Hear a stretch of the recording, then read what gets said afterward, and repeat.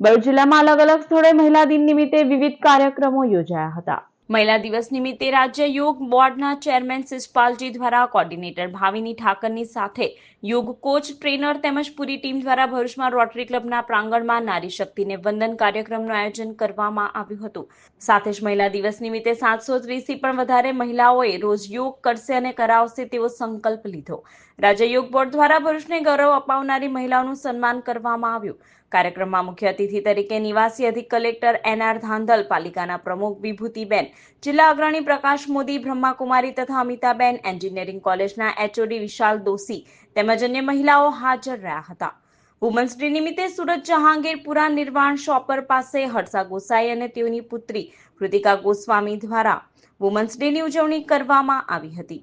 આજનો આ કાર્યક્રમ એટલે મહિલા સશક્તિકરણનો છે અને 8 માર્ચ એટલે આખા વિશ્વમાં મહિલા દિન તરીકે ઉજવાય છે। મહિલાનું મહત્વ શું છે એ તો આપણને બાળપણથી જ ખબર છે કે નાના બાળકનું પાલન પોષણ માતા કઈ રીતે કરે છે, ઘરનું સંચાલન માતા કઈ રીતે કરે છે અને પતિદેવ નોકરી ધંધામાં જતા હોય તો પણ ઘરનું સંભાળ, જેને ગૃહલક્ષ્મી કહેવાય અથવા તો આપણે ઇંગ્લિશમાં બધા હોમ મિનિસ્ટર કહેતા હોય, તો આ બધું સંચાલન મહિલા જ કરતી હોય છે।